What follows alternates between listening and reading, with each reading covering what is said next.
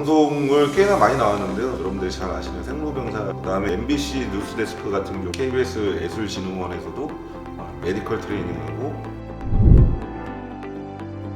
네, 반갑습니다. 대학에서는 스포츠 재활과 의학 그리고 헬스케어 솔루션을 가리키고 있는 황목남 교수입니다. 사람들이 어떤 건강을 잃었을 때 트레이닝을 어떻게 해야 되는지에 대한 재활 교정을 주로 많이 가리키고 있고요. 대중들한테 이제 건강 서비스를 이제 지도하고 있습니다. 그래서 이제 더원 웰리스라는 곳에서 건강에 대한 부분을 측정하고 평가하는 과학적인 내용으로 대중들을 이제 관리하고 있고요. 즉 저는 건강에 관련된 전문가입니다.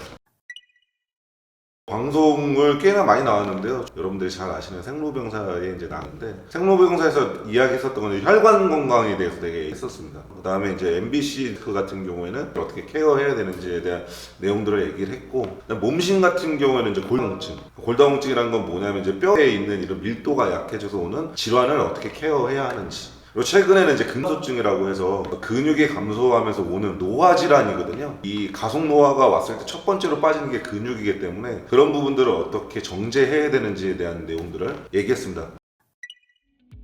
지금은 이제 재능대학교에서 이제 스포츠재활 겸임교수로 지금 재직 중에 있습니다. 강원대학교 같은 경우에는 이제 국립대학교죠. 국립대학교 같은 경우에는 이제 저는 이제 헬스케어에 관련된 것도 이제 했었고요. 국민대학교에서는 이제 스포츠학을 이제 강의를 했었고, 그 다음에 호서대학에서도 헬스케어와 메디컬 트레이닝 이런 것들을 이제 강의. 그다음에 KBS에서도 이런 학교가 있어요. KBS 예술진흥원에서도 메디컬 트레이닝하고 헬스케어 관련된 내용들을 설명하고 강의했었습니다.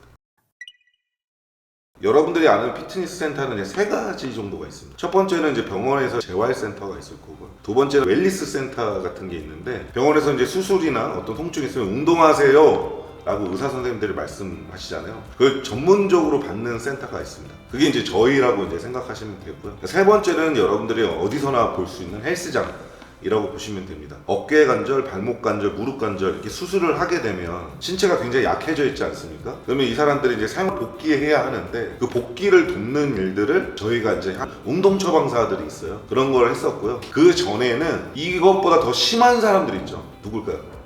바로 엘리트 선수들이잖아요. 뭐 예를 들면 류현진 선수처럼 뭐 팔꿈치가 다쳤다거나 김연아 선수처럼 허리가 다쳤다거나 이런 사람들이 오면 비수술적인 재활이라든지 케어를 해줘서 필드로 나가야 되거든요. 그래서 대체적으로 되게 많은 엘리트 선수들, 뭐 이름만 대면 아는 선수들이 또 저희 센터를 내원해서 케어를 받았습니다. 골프 선수 중에, PGA 선수 중에 최 선수 같은 경우도 원래 척추 수술을 해야 되는데 지금 잘 투어하고 있고요. 그 다음에 최근에 어렸던 선수 같은 경우는 휘문고등학교에서 롯데 가서 지금 잘 1번 타자라는 김 선수도 저희한테 이제 좀 받았고요.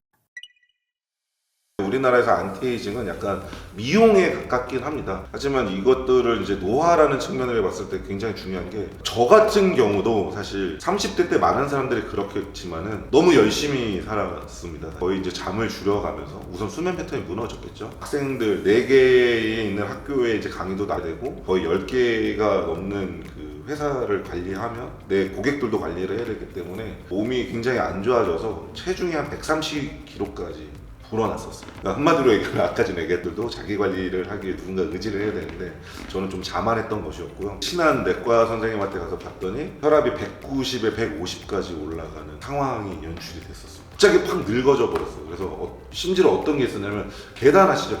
계단을 내려가는데 뭔가 불안함을 느끼는 거예요.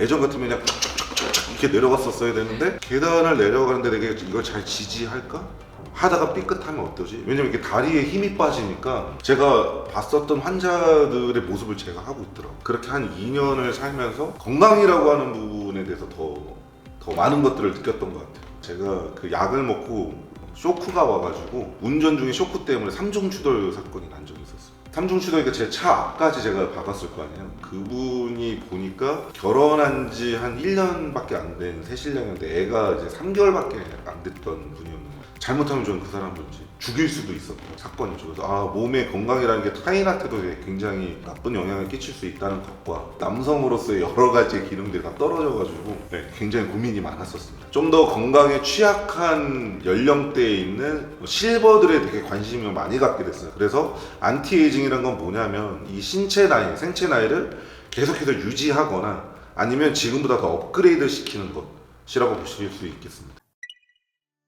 저 같은 경우는 19년 그 혈압 있기 전에는 여러분들 뭐 3대 중량 아시잖아요. 그런 거 그냥 500은 그냥 들던 어떻게 보면 인자강 스타일이죠. 보시다시피 되게 그런 사람도 건강 앞에서는 장사가 없었습니다. 그걸 이제 경험하고 나서 어네스트 솔루션이라고 건강 나이를 측정해서 그것들을 유지하거나 저처럼 이제 질환을 겪은 사람들이 중년이죠.